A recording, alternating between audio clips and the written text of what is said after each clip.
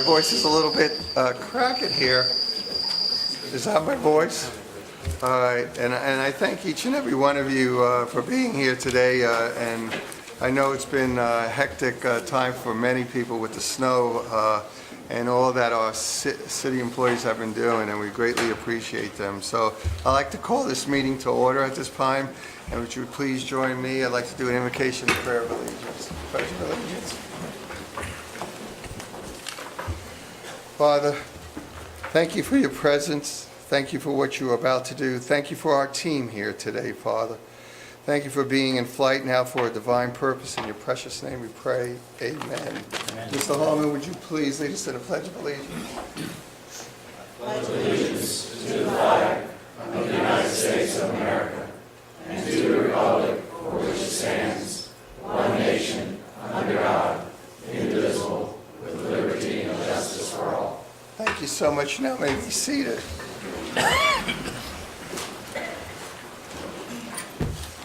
Before we could continue on with our agenda, I want to welcome Mr. Hippel. How are you, sir? Very well, thank you. Thank you. You're looking good. And Mr. Alphin, it's nice to see you to get out of that driveway. What is it, a half a mile long? That's about right. Yep.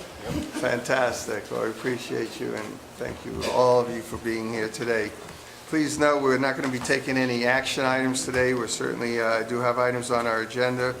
And the first item we need to deal with, which we appreciate, is the public comment.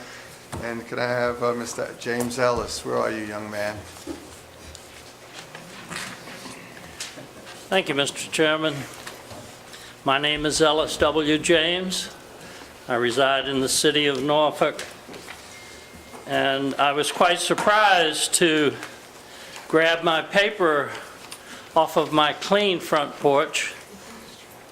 Only 121 days to spring. Remember that, please.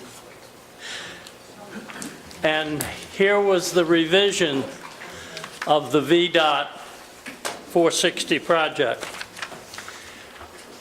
I'm not at all opposed to the bridge where the flooding takes place.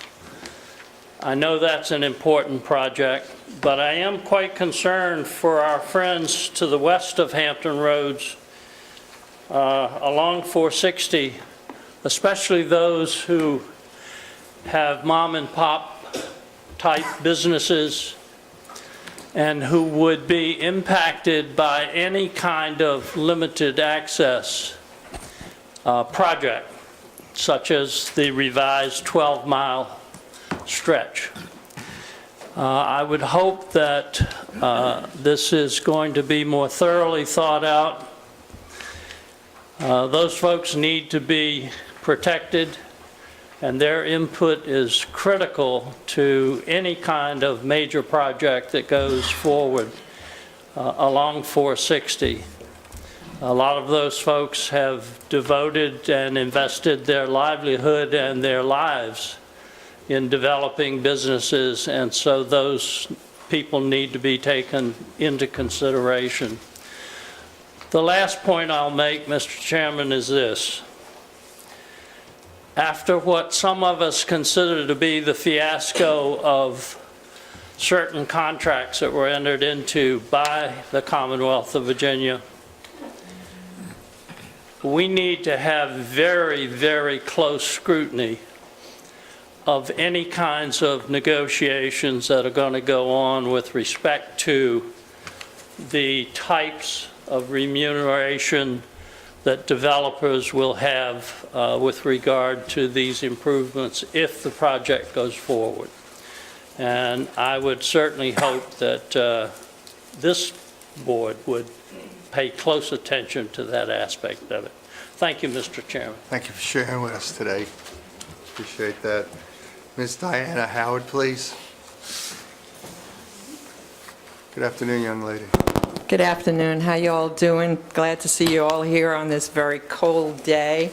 We're all here because we're interested in transportation. And transportation is a problem in this area that we've had for a long time. 1 minute, Ms. Howard. Were we able to take care of that so she won't be interrupted? Are they in you?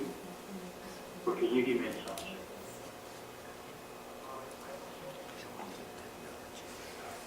Would you please start again with Ms. Howe's time? I apologize That's for the okay. interruption. That's okay. Well, anyway, we're all here on transportation because the state has not addressed our issues, giving most of the money to the more influential Northern Virginia, to the connection between DC and us. But we have created this transportation funding down here so that we can address our transportation issues. But where are our transportation issues? They are down 264 through the tunnel, 64 to Hampton Roads Bridge Tunnel, and to the NOB. And although I'm dismayed that we do not have the Hampton Roads Bridge Tunnel on our list of projects to be taken care of, it's under consideration for the long-range plan for 2040, so we have to wait till 2040 to even address that. And will we be able to address that with having the third crossing, which is so much of the money that we would ever get? I mean, we only get less than $200 million a year in those funds, and that's a $6.5 billion project. So the other thing was that at the CTAC meeting, I was dismayed to find out that the port no longer is going to take care of the $200 million for the Craney Island connection. I mean, I know $200 million is a drop in the bucket in a $6.5 billion budget, but we should not have to fund all of that ourselves. We should get money from somewhere else. That should not be on the taxpayers solely of Hampton Roads. So I was dismayed to learn about that. And so we're going to have to issue a lot of debt to cover that. And that brings us to the financial institution that we need to bond so that we can do a huge project like that. And the Attorney General in the paper has rendered the opinion that if there's enough conflict of interest that you don't have a quorum, you can just forget the bylaws. I mean, the law that says that you have to have a 2/3 majority of chief elected offices with 2/3 majority of the population. You can just do it voice vote with the majority. So I'd like to know how he came up with that position, that we can just forget about the law and tell you all that you don't have to abide by the law. So that's all I have to say. Thank you. Mr. Frank Papson. How you doing, people? It's me again. Seems like I'm up here all the time, coming up with the same things over and over and over again. Do you remember getting this? This is a flyer you all got about what this organization is all about. Hrtac. Hrtac shall give priority to those projects that are expected to provide the greatest impact on reducing congestion for the greatest number of citizens. Remember that? That's what we got. And what are the projects that we have on our agenda that we're financing? 460, third crossing, 64, beyond our region, into the small, not 64. Nobody is saying that these projects are not necessary. But my question is the order in which these projects are being done. The greatest amount of congestion in this area, the Hampton Roads Bridge Tunnel. Nothing is being planned for that. The second major part of congestion in here now, due to the new tunnels, tolls, it's a high-rise bridge. The bridges that we have, connecting Portsmouth with Chesapeake and Norfolk, these roads are getting more and more traffic because of people trying to avoid the cost of going through the tolls, a cost that's going to go on for many, many years, and nobody has accepted the responsibility. You say, well, that's the Republican, the governor. McDonald, he did that. I mean, behind everybody's back. But in truth be known, it wasn't just him. It was the transportation. And you are part of our transportation. And it is your responsibility to make sure that things like this don't happen anymore. 460 is a needed project to help evacuate people from this area in case of national disaster. It's also a means of moving transporting cargoes out of our ports. And our ports are economic engines that drive the economy in so many communities. Necessary project. Third Crossing, another project designed for moving of cargo out of the area. But in reality, if you think about it, it just moves the congestion from the Hampton Roads Bridge Tunnel, which just doesn't help, to the interchange of where the Monitor Merrimack Bridge comes right back into 64 on the other side in Hampton. So all you're doing is moving the congestion from one point to another. It's not helping the people in this community. It's not helping the people who commute to this area from other communities. People work where they work. They do not work where they live. For whatever reason, and it's not our job or your job to make these people move. It is your job to enable them to be able to move freely about their communities. And some of these projects, where they may be necessary, are in the wrong order of priority.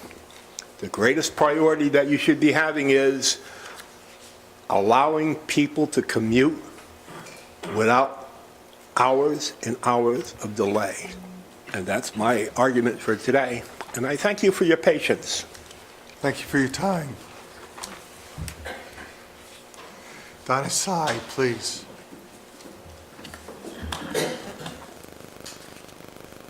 Good afternoon. My name is Donna Sy, and I'm from Portsmouth. I have a great concern about standing up here and other people standing up here and having our voices, I don't know if they're heard or not, but they're out in the atmosphere. And that's my concern. Are we wasting our time to come up here and talk to y'all? That's one of my questions. Bob Brown comes in and shows y'all design on how to improve congestion. How can he be heard and used? Government is a force. It's a system. It's not about people. It's about getting a job done. The port has really used Portsmouth as a method to get goods and services in and out. You could see driving by all the construction going on. And the port is supposed to be paying Portsmouth money in place of taxes or something like that. Payment in lieu of taxes. They have a formula that isn't complete. So we don't get all the money that we're supposed to get in Portsmouth. And boy, do we have welfare in our city as well, with defense, shipyard, and the port. It doesn't make sense, and y'all are part of that. So my issue is our voices really heard? Do y'all really think about using the citizens' voices to help make this region better? Thanks for listening. Thank you for your time. Appreciate all the comments. Next order of business is the minutes of January 8th, 2015. They will be deferred until, which meeting would that be, sir?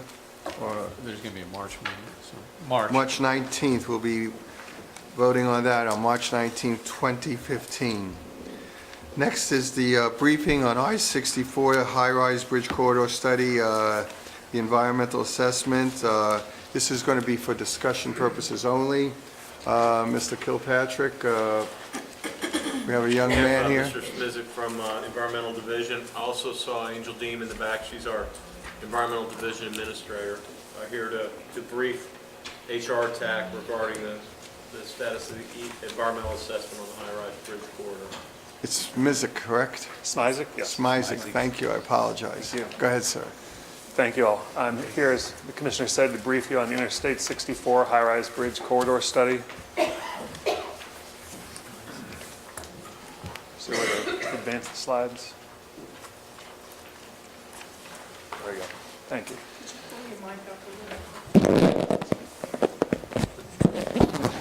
Our study area is located in the city of Chesapeake and extends from east to the I-64 464 interchange to the I-64 264 interchange. Our study initiated on July 1st, 2013, per guidance from the 2013 budget bill. It included a citizen information meeting, public review of the draft EA, and a location public hearing. In addition, the public had opportunity to comment on potential bridge heights through a U.S. Coast Guard issued preliminary public notice. We briefed the HRTPO board in November during the public review. CTB was initially briefed in January, and we were asked to come brief this board before CTB takes any action.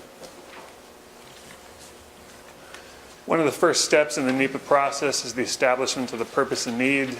The needs illustrated in this slide set the goals for the study and serve as the primary criteria in the alternative screening process. Following the establishment of purpose and need and initial public involvement activities, a range of conceptual alternatives were developed and screened against the purpose and need and other federal input. This input included focusing our study on 8-lane mainline alternatives and identifying the appropriate bridge heights for study. That screening process resulted in 2 build alternatives and the no build alternative being retained for analysis. Both build alternatives can accommodate bridge heights ranging from 95 to 135 feet.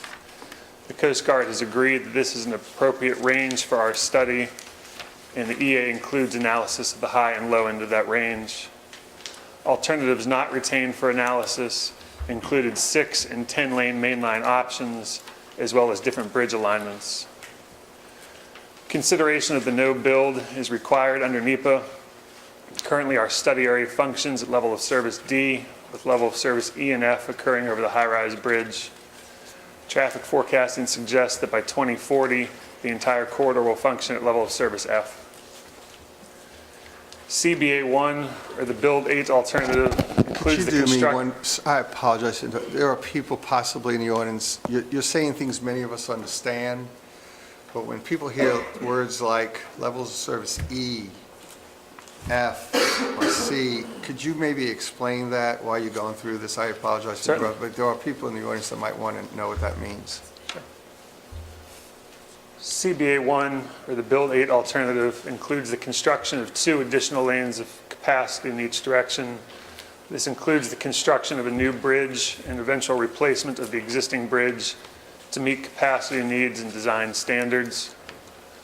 Under CBA 1, all lanes will be general purpose lanes, and traffic forecasting suggests that the corridor would generally function at level of service C. So if you consider these to be letter grades, that would be a letter grade improvement from where we are today and a multiple letter grade improvement from what's projected by 2040. CBA 2, or the Build 8 managed alternative, is similar to CBA 1 in that it includes the construction of 2 additional lanes of capacity in each direction. CBA 2, however, allows for multimodal options as well as toll and passenger management. As a standalone alternative, CBA 2 does not commit to or imply tolling. It could be identified as a preferred and then allow for further analysis and decision-making to determine what management options should be applied in the future. Or it can be accompanied by a specific management option to direct future planning. As no specific management options are identified for a study, the EA includes 3 separate scenarios. Our HOV scenario includes dedicating 1 lane in each direction to HOV use. Traffic forecasting suggests there would be free-flowing traffic in HOV lanes, and the general purpose lanes would function at level service D, level service D being similar to what's experienced today. Under our HOT option, all new capacity would be hot lanes. Traffic forecasting suggests that the hot lanes would function at level of service B, or a 2-letter grade improvement compared to where we are today, and the general purpose lanes would function at level of service E, which is somewhere between where we are today and where we're projected to be in the future. It's important to note this hot lane option is the only option we'll discuss today that has a wider footprint than CBA 1. This wider footprint allows for a 4-foot separation between the managed lanes and the general purpose lanes in each direction. Finally, under our all tolled scenario, existing and proposed capacity would be tolled. Traffic forecasting suggests level of service would be C throughout the corridor, which is similar to CBA 1, and that 20 to 30% of anticipated traffic would be diverted based on tolls. As I mentioned previously, both build alternatives can accommodate bridge heights ranging from 95 to 135 feet. A 135-foot bridge is approximately a half-mile longer than a 95-foot structure. While this has considerable cost implications, there's not a great deal of difference in property or environmental impact. While our EA has considered analysis of multiple bridge heights, only one bridge alignment was maintained for analysis. It's assumed that one new bridge would be built approximately 25 feet south of the existing structure, and a second bridge would be built on existing alignment. Cost estimates for the 135-foot bridge are over $200 million more than that for a 95. The costs shown on this slide for HOV and all told options under CBA 2 are the same as CBA 1 given the shared footprint. The increased cost for the HOT option is based on the additional paving and bridging that would be required to maintain a 4-foot separation between the general purpose and managed lanes in each direction. As we're considering a water crossing in Hampton Roads, wetland and stream impacts are the primary environmental concern. The impacts illustrated here for CBA 1 are the same as CBA 2, given the shared footprint CBA 1 has with the HOV and all tolled options. The EA states that if the hot lane option is specifically identified as the preferred alternative, the revised EA would present the impact analysis for that slightly wider footprint. Throughout the public review of the draft EA and at our location public hearing, a comment form is made available to solicit input on specific questions and to provide the public with an opportunity to present additional information. As you can see, the public had a preference for CBA 1 and noted concern over construction time and cost, anticipation of property impacts, and a desire for sound walls along the corridor. In addition to public comment, we received a number of letters from different agencies. Comments of note include those made by the City of Chesapeake. In response to the U.S. Coast Guard's preliminary public notice, City Council passed a resolution supporting 95-foot bridge heights. In response to our draft EA, City Council passed a second resolution endorsing CBA 1 and reiterating support for 95-foot bridge heights. The Army Corps of Engineers has noted an ongoing navigation study of the southern branch of the Elizabeth River that will determine if the federal navigation channel that passes through our study area should be dredged to meet or exceed its currently authorized depth. If the channel is dredged to exceed its current depth, this could allow for taller ships to pass through our study area. Finally, as a cooperating agency, the U.S. Coast Guard noted that continued cooperation between the Coast Guard and VDOT would allow for the identification of a preliminary bridge height to be used to inform permitting and design. There are a number of similarities between the different alternatives and options we've discussed today. They include the termini, road and bridge alignments, interchange assumptions, sound wall recommendations, and environmental and property impacts. The differences between these alternatives and options include their multimodal accommodations, lane configuration and resultant traffic operations, and revenue opportunity. Moving forward, we understand that this board and the HRTPO board will be endorsing alternatives during your March meetings. We will return to CTB in April to identify the preferred alternative. VDOT will document the preferred alternative in a revised EA and respond to public comments received on the draft EA. VDOT and HRTPO will then commit funding and document the preferred alternative in the appropriate planning documents. Once this has occurred, VDOT can request a NEPA decision from the Federal Highway Administration to complete the NEPA process. This concludes my presentation. Thank you all for your time. Welcome any questions or comments you might have. Thank you, first of all. Mr. Kilpatrick, please. If I could add a couple things, I want to make sure there are some terms in here, and I will tell you that we live in a world of acronyms, so I want to make sure folks understand some of the, I guess, the basic terms. The two alternatives, CBA, are Build Alternative 1 and Build Alternative 2. Build Alternative 1, very simply, is an 8-lane facility, no hot HOV, just a straightforward 4 lanes in each direction. Today, there are 2 lanes in each direction. CBA, or Build Alternative 2, there are really 3 versions of that. One is HOV, and Hampton Roads folks are familiar with that, high occupancy vehicle. And I don't know whether we assume this was 2 or 3. It's HOV 2, which is what you have today on the peninsula as well as on 64 and I believe on 264. So that adds 2 lanes in each direction, again, one being HOV and one being general purpose. So this would look like 64 on the peninsula. It would look like 264. Again, the inside diamond lane would be HOV. And then hot, or high occupancy toll, what that means simply is if you would have two general purpose lanes in each direction and separated by either a barrier or some sort of hot sticks or something, would be 2 lanes that are a combination of, if you're a high occupancy vehicle, and it would be 3 per vehicle, would ride for free, and if you were single or 2 in a vehicle, you would pay a toll.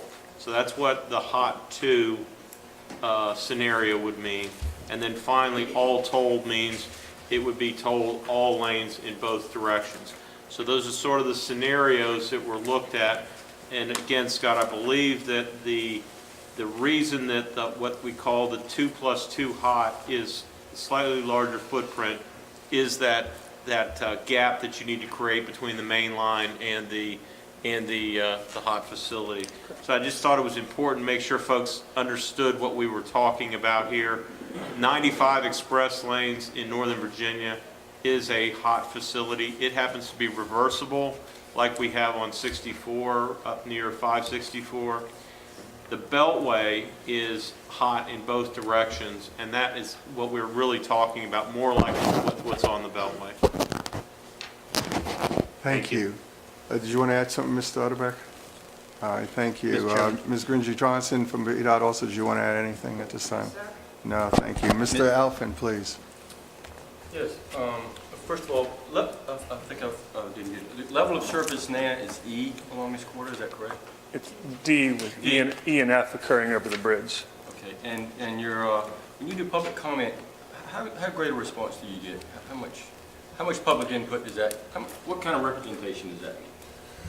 We received approximately 30 or 40 public comments on this study. 30 or 40, okay. So again, not a huge number compared with the number of motorists that travel over that bridge every day.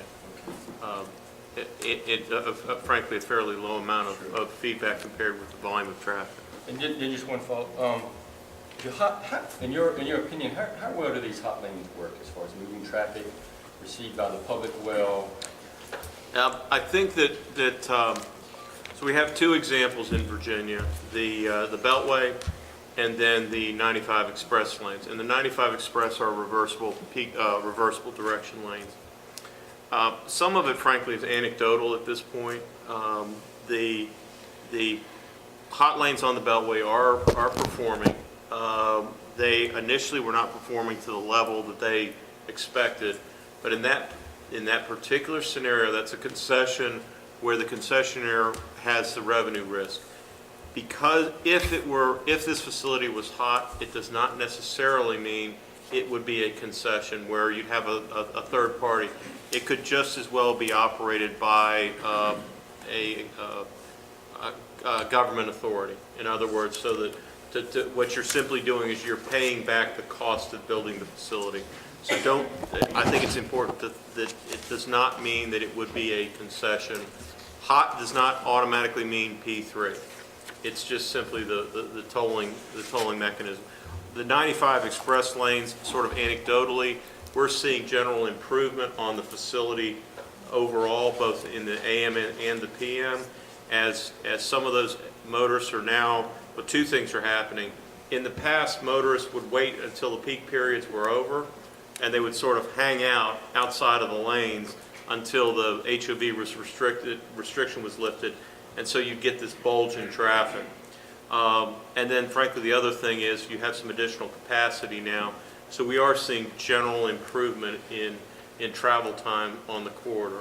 Again, it's very early. The 95's only been open about a little over a month.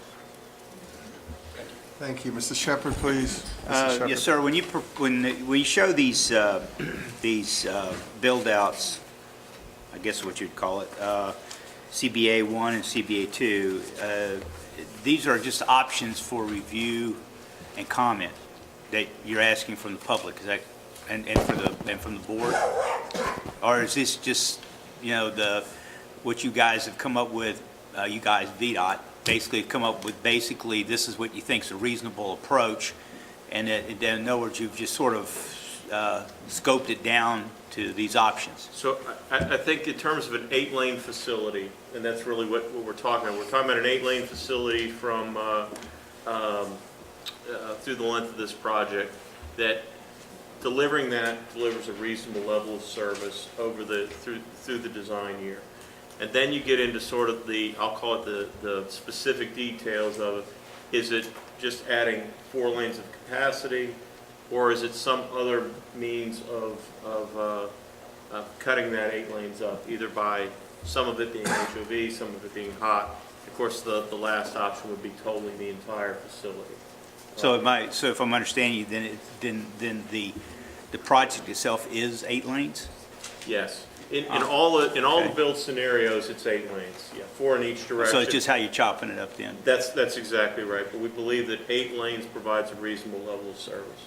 So now, my understanding is for efficiency, that when you make a proposal like this, that what you're looking at is, I don't want to be careful with my terms here, but like the Cadillac version, if you will. In other words, you lay it out for the environmental study so if you come back with a smaller version, you're able to, you go to the smaller version, but if it wants to expand to the larger version, or the Cadillac version, if you will, you've covered it through the environmental study. I think to an extent, but we're not looking at, would you really only build 6 lanes instead of 8 in the end? I think what we are seeing is with the volumes of traffic, that simply adding 1 lane in each direction doesn't get you there. It's clear that the high-rise bridge needs to be replaced completely due to its age and the condition of the draw span. And frankly, part of this is to permanently eliminate that draw span. So in terms of what the environmental process does look to say, okay, whatever we're going to build will fit within this footprint. Because you generally don't want to go outside that footprint later on. It may require additional environmental studies and the like. But in terms of, and then this particular project, to come back and say, well, would you build a shorter project or would you phase it? Those things are possible. But in terms of a reduced footprint, there probably is, especially at the high-rise bridge, this probably does not meet the purpose and need. Now, the only reason I bring that up is that I was basing on our experience with the 64 issue, where we looked at the environmental study, if I'm not mistaken, was a much wider road going north, and then we cut it down so that we were funding basically 1 lane on both sides, but it allowed that scope. If you're going to extend it all the way to the maximum, you've got the study done. So that's what I thought maybe that might be what you're doing here. Well, I think that the fundamental difference here is the high-rise bridge. Right. You have bridge structure, which is, you have approach work and interchange work, but frankly, the big cost on this project is that bridge itself. And so building a portion of a bridge and then coming back later to build more, especially when we're doing this under traffic, is a bit difficult. The balance of it, could you build the rest of it in segments? The answer to that is yes. You could build, you could add some capacity and then add some in the future. But again, the big impact here is this bridge itself. And while it's possible, I don't think it's really practical to build a 6-lane bridge with the idea of making it 8 lanes in the future. Okay, and the final question deals with the, what do you call, level service, I believe. E is the worst, right? F is the F. worst. And that is this currently level E? Level service D through most D of the now. corridor. E and F do occur across the bridge. Okay, so at times it's pretty bad. And when you build in a planning and transportation on projects like this, you build to what level? I mean, what is your stated goal, if you will? Do you have a standard? C or? Federal Highway's goal is level service C on the interstate. And that takes in account, you know, we know transportation is never static. So you can build it next, you know, how far down the road do you end up with level So D Scott, and what E? was the design year that we used to establish in this? 2040. 2040, so a 25-year horizon is what we were designing to. Okay. Okay. Thank you, Mr. Chairman. No, thank you. Is there any other questions for this gentleman? Yes, Ms. Johnson? Really a question for Elizabeth. What's the height of the current bridge? It's 65, but again, remembering it's a draw span today, so it has unlimited clearance for vessels. Thank you. Is there any other questions for these gentlemen? First of all, the high-rise bridge is one of those opportunities for our region. It's certainly the coming and goings as it relates to not just congestion, utility value, but also in terms of economic development, ports. I mean, much of the traffic, truck traffic, goes through the high-rise bridge to get to the port. This is an economic generator as well. I know you mentioned it's between an E and an F. There are times where traffic just doesn't move. I don't know what you call that, but that's certainly more than an F. You just so for us to even be discussing it at this time, first of all, I commend all of you. The fact that even Commonwealth Transportation is going to be looking at this, I believe, very shortly in March, that's a major success story. So we thank you for that, indeed, and then goes to the Federal Highways Administration, and hopefully they can do it within 2 months, or maybe by May. When that happens, and all the things line up as it relates to funding and the decisions that will be made, this thing could be starting with a design build, and we could move forward and get this done within what transportation would look at anywhere between 3 and 5 years. Is that my understanding? What's that? I'm sorry. Oh, the big one you didn't want to hear. In terms of the time to deliver a project like this, yeah, you would be looking in terms of 3 to 5 years. Thank you. Frankly, the challenging piece will be determined how are we going to pay for it. Exactly. And whether we build it in, the comment that Mr. Shepherd made, can you build it in phases? And the answer to that is you could, not the bridge, but you could do some of the surface components in phases. So that is a possibility. But ultimately, it's an expensive project, and collectively, the region and the Commonwealth are going to have to figure out how to pay for it. Well, one of the things that's important to always remember, and you brought it out with general service, which means there is no toll, is a level C. And that's what the Federal Highways appreciates and looks at. And hopefully, we can do all we can with all the resources we might have. And I say the word might. You never know what might happen in May reauthorization bill at the federal government. I do believe in miracles. Okay. Is there any other questions for all these wonderful people? Thank you for your time, Mr. Smizek. Thank you all. This will be obviously heard by the TPO. There's going to be a CTAC meeting, and it will be discussed at that meeting as well, the technical committee for the TPO. So this certainly is moving forward, and we thank everyone who's been involved in the process again. The next item is, I had the opportunity, and I must confess I have not read the entire report. The report itself is 322 pages. But I was impressed with the relationship of the Department of Transportation regarding the ports and traffic and how both can affect the community in a positive way. And in 2045, which may seem a long way, but in truth, as this commission knows, it's really just right around the corner. In fact, we just talked about 2040, for instance, as it relates to the high-rise bridge. And I hope that there will be takeaways from this presentation for everyone who serves on the commission. And I do understand that Mr. Vin White and Darren Timothy are going to go ahead and give us the opportunity to listen to them. You can proceed.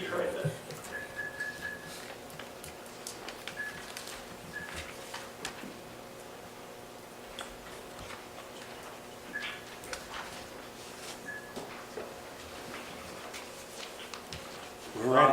Good afternoon. Can the commission hear us? Yes. Yes. Yes. Yes, thank you. Yes. Okay, great. Great, thank you so much.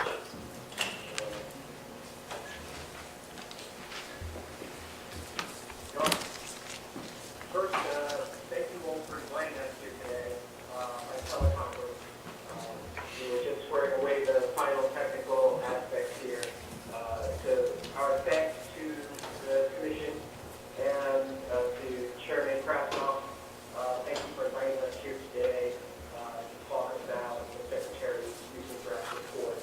I'm joined today by my colleague, Darren Timothy. He is with our Federal Highways Program, the Innovative Project Delivery Program, and he's the team leader in that office. So we have him here to assist.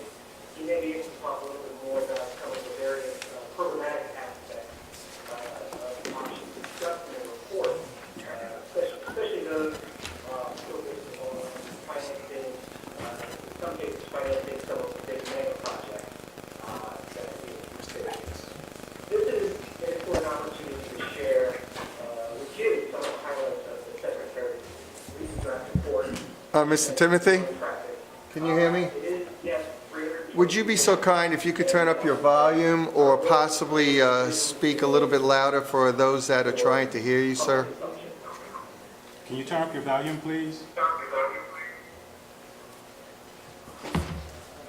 So I can try to talk louder.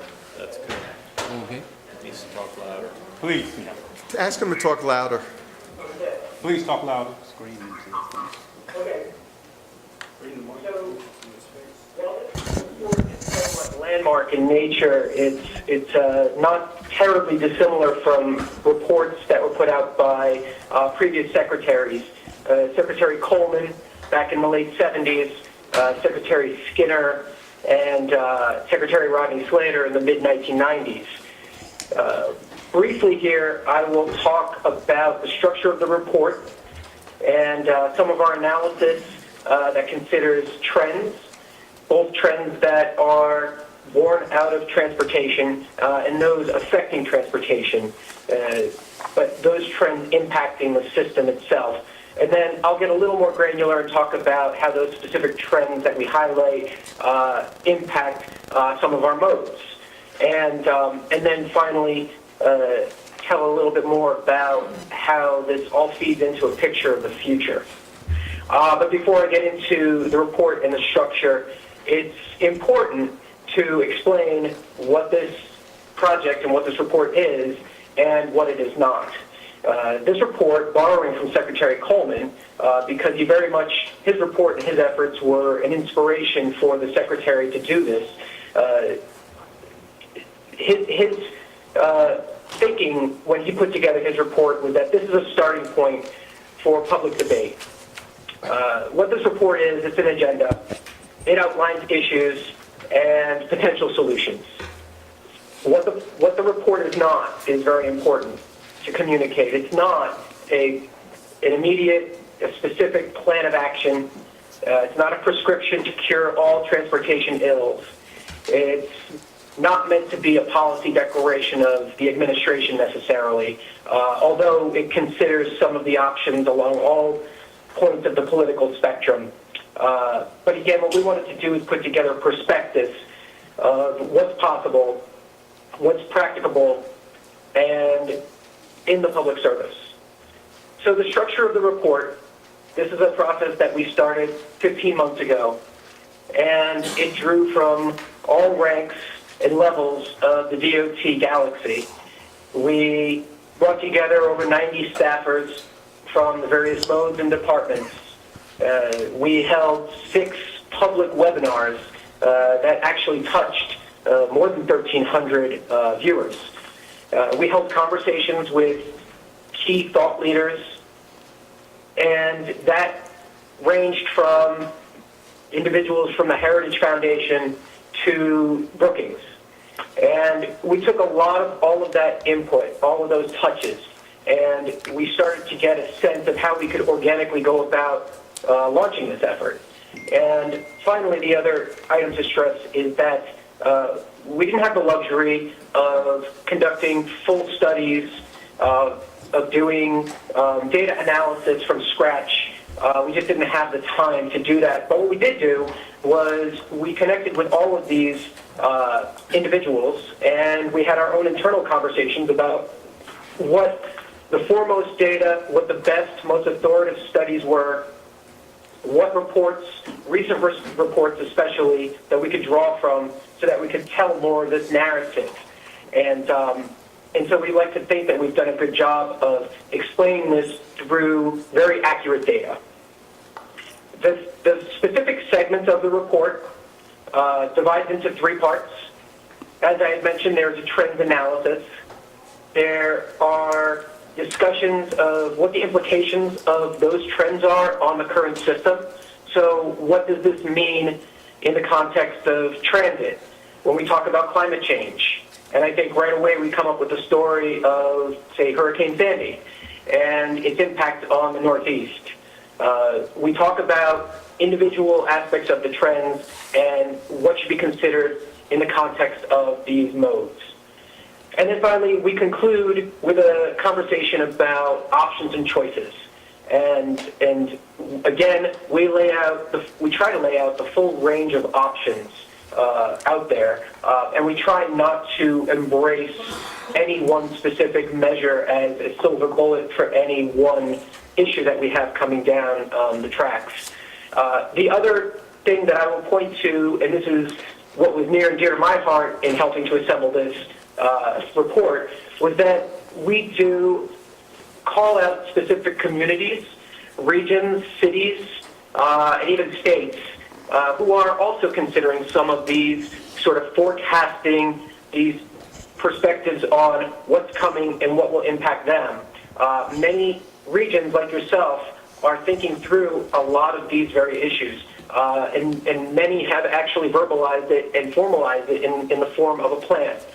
So we've tried to do our best to spotlight those aspects, to spotlight those initiatives and where the challenges are nationally, and more importantly, if a region is thinking on specific solutions, we wanted to highlight that as well. So you get a localized flavor throughout the entire report. So moving through, we believe that we've set you over a draft slide deck. And moving over to, I believe it would be slide 3, we talk about trends. And we did this in 5 overarching areas. I think at first we came up with between a dozen or 15 trends, and then we realized that we could conjoin some of these, pair some of them. Some of them fit nicely, especially once the narrative started to build out in this effort. And so trend 1, we talk about in the context of how we move. This really is your population growth discussion. Some of the findings, some of the aspects that are highlighted in this you'll see in your PowerPoint is that by the year 2045, the decennial census has forecasted that our country will grow by 70 million people. That number is the equivalent of adding Florida, New York, and Texas, all of those states in their populations. I like to tell people it's not just Miami, it's not just Manhattan, and it's not Houston, it's the full state. So what do we do with 70 million more Americans? What we also forecast and we tell the story of is how many of those, 75% of the population at that point, will start to gravitate towards mega regions. Specifically, there are approximately 11 mega regions that are identified, and you'll see that as well in the graphics. And then we also tell a little bit of the story about we have a growing millennial population now. In some instances, I understand millennials have overtaken the baby boomers in terms of population. And so when you have that many more millennials growing into this context, also at the same time, the baby boomers and older Americans, there will be twice as many by the year 2045. So these are things that we wanted to get a better understanding of. As we move to the next slide, how we move things. And specifically, this slide talks about, in this section I should say, talks about how we move goods. I understand Hampton Roads region is quite active with your ports, with your highways, and rail. And as we forecast to the future in the year 2045, we predict that freight volume will increase by 45%. And all that's going to do, if we have choke points today, it's going to put greater stress on those choke points and on the system altogether. So reduction of freight choke points becomes a conversation in this chapter. We also talk a little bit about online shopping. It's just not something that we do in our spare time. It really is overtaking a lot of how we purchase goods, how we have them delivered. And we talk about small package delivery. And we even venture out to talk a little bit about things like 3D printing. And what does that mean? 3D printer is not just a device that's being sold in Radio Shack. People are purchasing these, and rather than having deliveries dropped off at your doorstep, we may have a day where buyers can download information to your computer and start to build within your own home. What does that mean for how we move things in terms of freight? We take a deeper dive here onto freight for you just to show you a little bit as we move through the slides. You'll see the next slide on the How We Move Things chapter. We talk a little bit, we illustrate a little bit about ports, volumes coming in by port. And we didn't do this intentionally for this discussion, but Hampton Roads sees an incredible amount of freight volume, both in terms of tonnage and in terms of value. Here we're highlighting about $67 billion worth of port coming into and out of Hampton Roads. As we move to the next slide, this just gives you more informationally what's considered when we talk about freight performance. We really fixed on how is that we will plan to increase global trade and intermodal freight. Absolutely modernizing our ports is paramount to preparing for this expansion in freight movement, and we can do that through automizing ports and ships. On the highway side, some somewhat startling facts and figures on wasted time and fuel. Just in traffic congestion alone, $121 billion annually. And then on trucking side, specifically for bottlenecks, 343 million hours of delay. We talk about the impacts to the rail system, and then aviation as well, when we talk about movement of goods.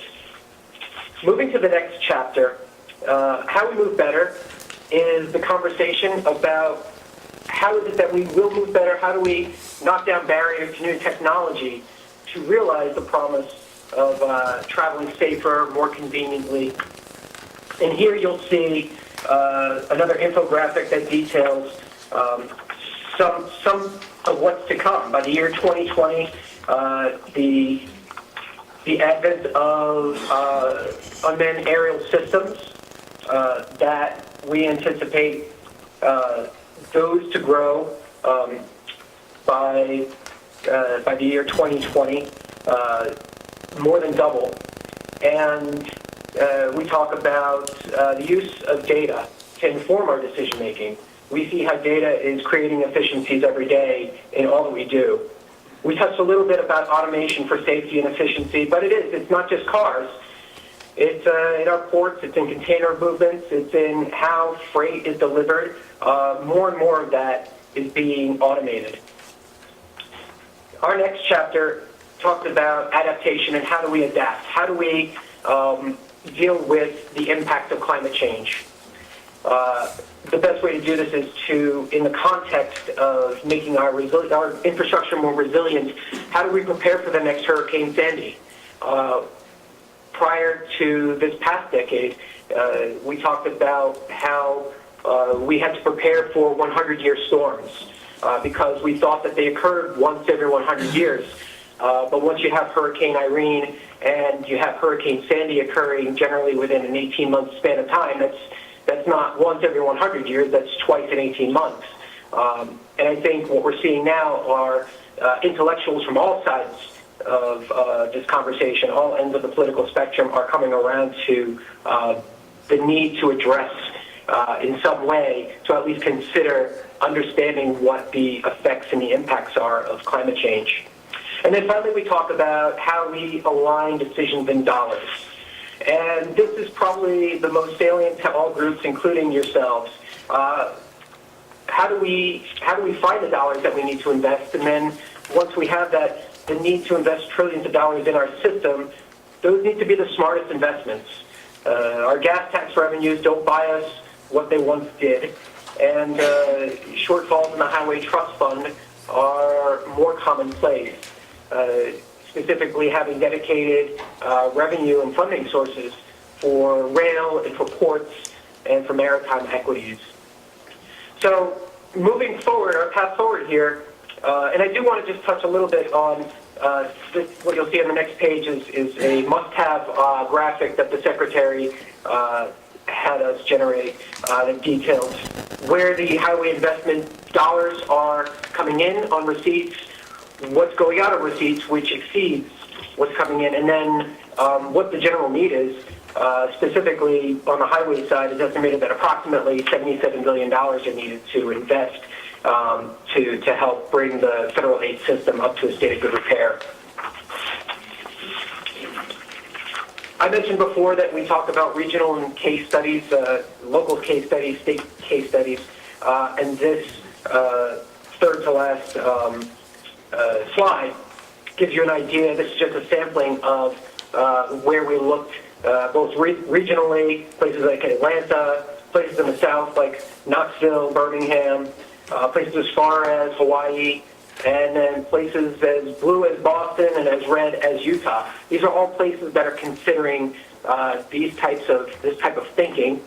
These are all places that have put out their own version of a forecast or report and that are in some way contemplating the solutions that are more local to them.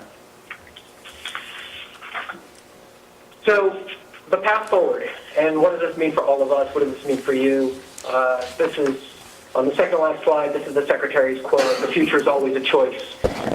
He really believes that transportation is the tie that literally binds the nation together and sows the seed of economic opportunity. No place knows that better than Hampton Roads. We have the finest transportation system in the world. However, it is an aging system. The highway system was built in the 50s, and the Intercontinental Railroad was built about 100 years before that almost. But we have choices, and we want to make those choices one statement at a time. I think one thing that's important is that you will read in the report, near the end of the report, there is an element of admitting to the unknown. We make a lot of assertions, and we know that there are unknowns. But for what we do know is that if we go along our current trajectory, the future is not sustainable from a transportation perspective. When you're looking at 70 million new people, you're looking at an aging infrastructure, you're looking at bottlenecks and congestion, you're looking at these shifts in demographics and these mega regions where people will congregate to in the next 30 years. You know that it's not sustainable. We've had 30-plus extensions to patch the trust fund. That does not provide certainty for construction, for building some of these big projects that we need to put together to build out for the capacity that's needed.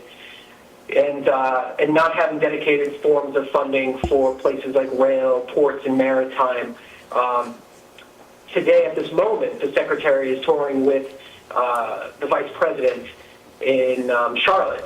And together they're talking about a package of plans, how maybe some of this can be, the course correction can start to take place. And they're doing that in the context of our proposal, our Grow America proposal for reauthorization, which is the 6-year bill.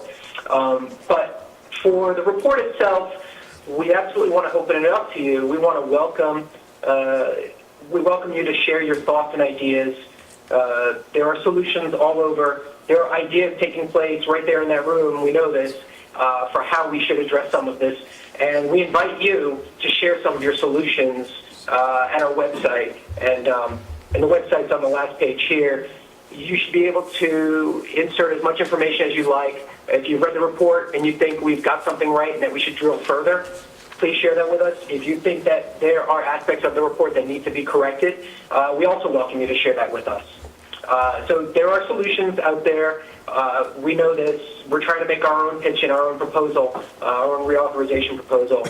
But we invite you to amplify those if you agree with some of those proposals to our lawmakers and to help us kind of create this echo chamber for what we need. So I'll pause there.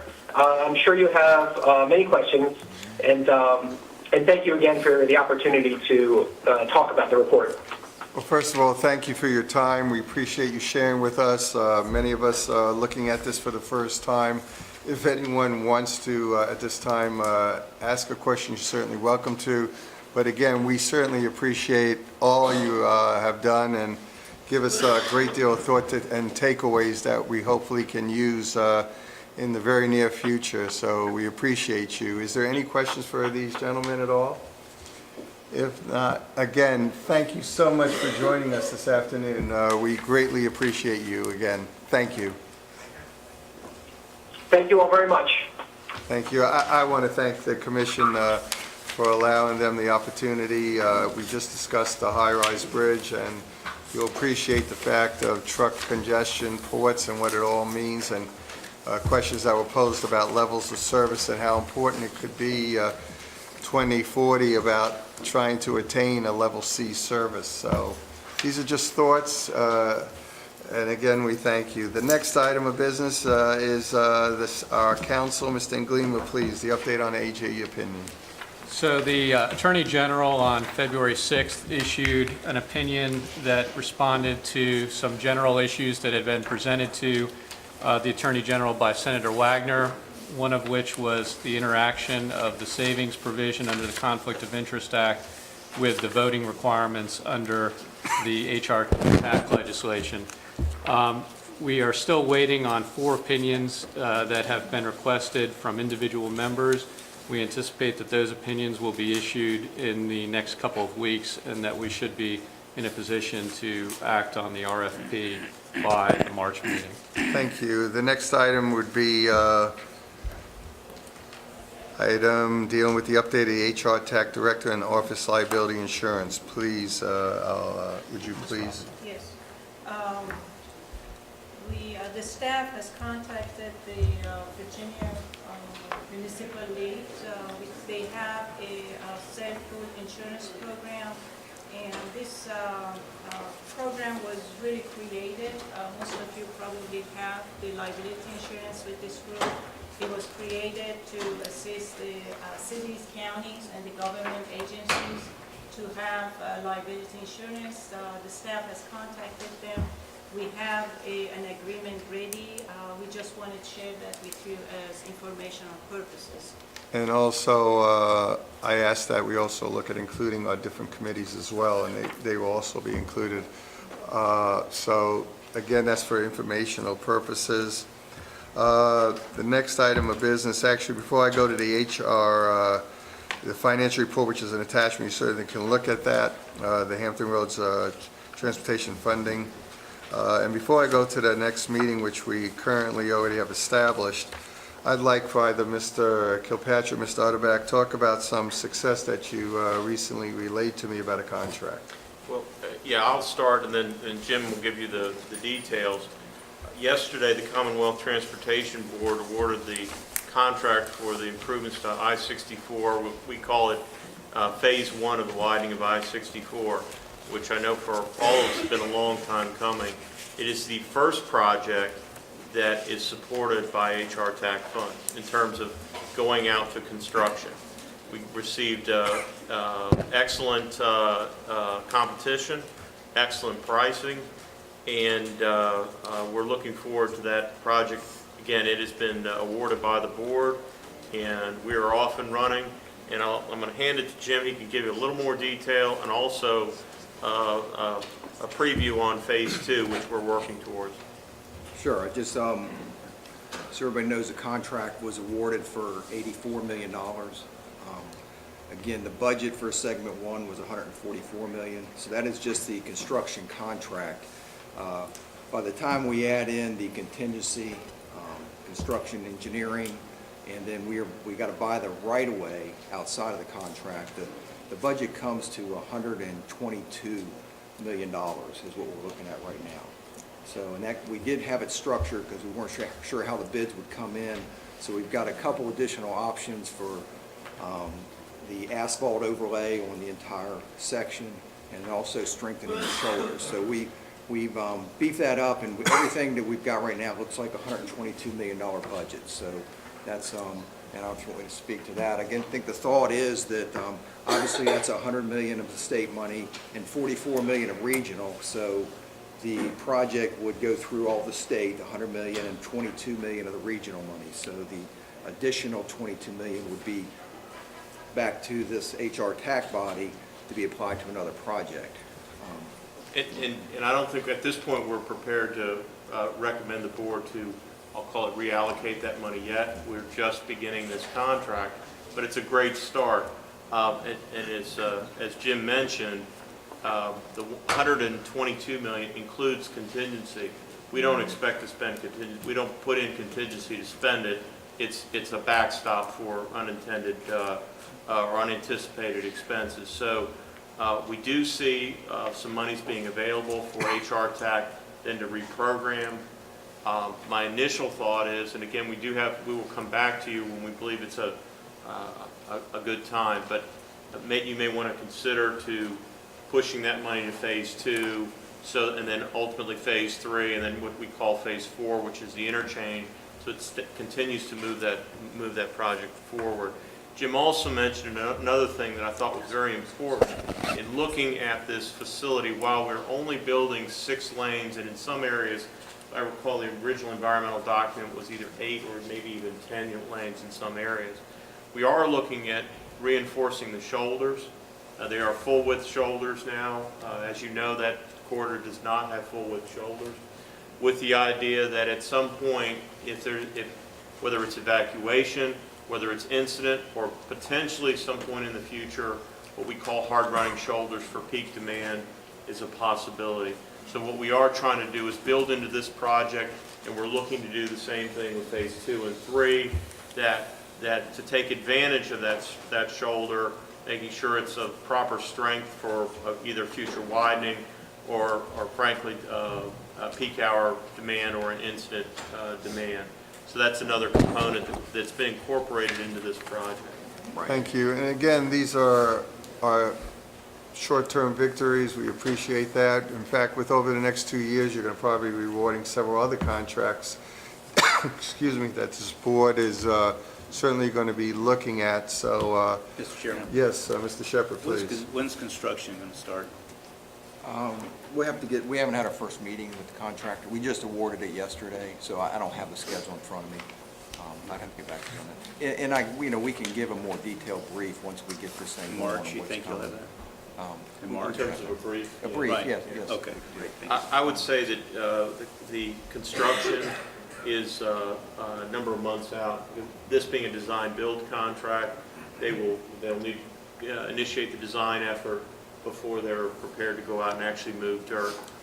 So we don't have it, and I think it's important for us to have that direct discussion with the contractor. The contractor is Shirley Contracting. They are a contract does a lot of work in Virginia. They're very experienced doing work in high traffic areas, Beltway, 95, Woodrow Wilson Bridge. These are folks that are very comfortable and familiar with working in an environment like I-64. So, and one of our goals, frankly, is to deliver this with the least impact possible. I can tell you there will be impact when we build this project, but again, a goal of really limiting the peak impact along that corridor. Well, again, Mr. Chairman, just to add to that, Yes. and I'll stop. But No, go ahead. segment 2, just because that's probably the next question, we are moving that forward. So we plan to have a design public hearing. I think right now we've got it scheduled in April. The actual RFQ, so request for qualification for design build, is going to go out next month in March. We have the design public hearing, then we'll have the RFP go out in July timeframe. So if everything goes as planned, we'll be awarding segment 2 this time next year. Well, again, many of our, pardon? I'm sorry, was this, I'm getting the phases and the segments here, so. Segment 2, so this goes from 247 to 242, or the 199 exit Hummel sign, the first Hummel sign. So, Okay. So we pick up from Lee Hall and we go to Hummel sign. Well, let me do this. We're going to have, and I think those are very important questions, and we're going to have, and I've asked staff to create an orientation for the new members. Many of those questions, certainly, we've actually seen the phasing of these projects, and there have been handouts, and I think all of us should be have that information. So I've asked that we get an orientation to assist all of us. So, and you can let me know, we can then send an email. We're going to poll the members and what would be hopefully the best time for those that wish to attend this orientation. The next thing would be is we already have a meeting set up for March 19th of this year at 12:30, unless there's any opposition. Right before I say anything, I was going to dismiss, but go ahead, Mr. Alphen, please. Yeah, I'd just like to say, this doesn't fall on the perimeter of this board, but certainly under the area of transportation, the CTV board adopted or approved the route yesterday of the 460 extension that will go through Mayor Johnson's area there and Alawite County, who will be most impacted. And I just wanted to mention that Mr. Gilpatrick and Mr. Hrtac have been very gracious in working with our county, and as we move forward, I just wanted to publicly say thank you. Did you hear that? We did. I wish you all a safe trip back wherever you need to be. God bless you all.